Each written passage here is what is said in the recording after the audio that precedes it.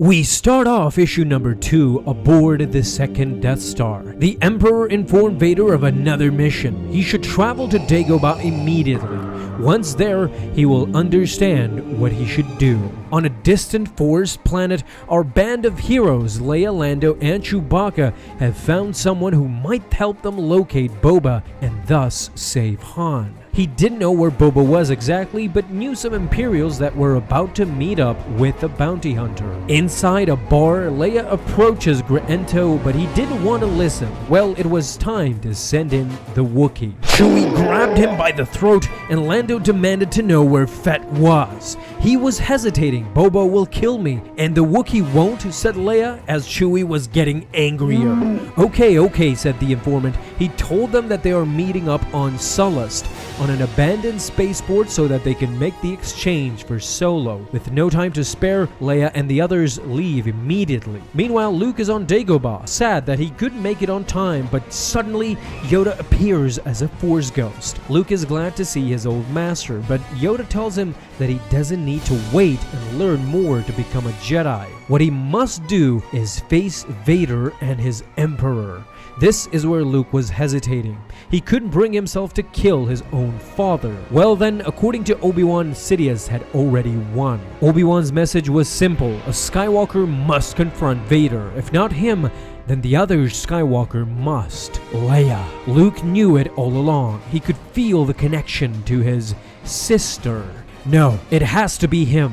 He alone will face Vader. His sister will not come in harm's way. Meanwhile, on Sullust, the Imperials met with Boba. The exchange was happening right then and there. Boba was sure that once they get Han, his friends will come after him and to the Empire's trap. Leia, however, had been waiting for them all along. In the scopes of her sniper, she was listening in on their conversation. Deep in the shadows, she was slowly getting ready to reveal herself. Together with Leia were also Lando and Chewie waiting for her signal. She was right there. All she needed was to visually confirm that indeed Boba had Han inside Slave One. Back on Dagobah, Luke wanted to record a message for Leia through R2. This should only be played to Leia if he doesn't make it alive to tell her in person, presumably that she in fact is his sister. They are ready to leave Dagobah for good. But suddenly a Star Destroyer exits hyperspace and grabs the X-Wing through their tractor beam. It was Darth Vader sent by Palpatine. Now he understood why his master sent him. Quickly, Luke told R2 that he needs to send another message to Leia before he is captured. Leia, however, was still spying on Boba. The Imperials accepted Fett's demands and asked him where is Han Solo. Boba Fett confirmed that he is being held in his ship. Leia gave out a warning shot. Nobody move. She ordered them to drop their weapons now. What makes her think that she could face all of them alone? Leia was smiling as suddenly the Falcon appeared before them. Lando and Chewie were ready to save Han. Leia shoots down the Imperials, but Boba uses his jetpack to land above the Falcon and plant a bomb quickly to demolish the vessel.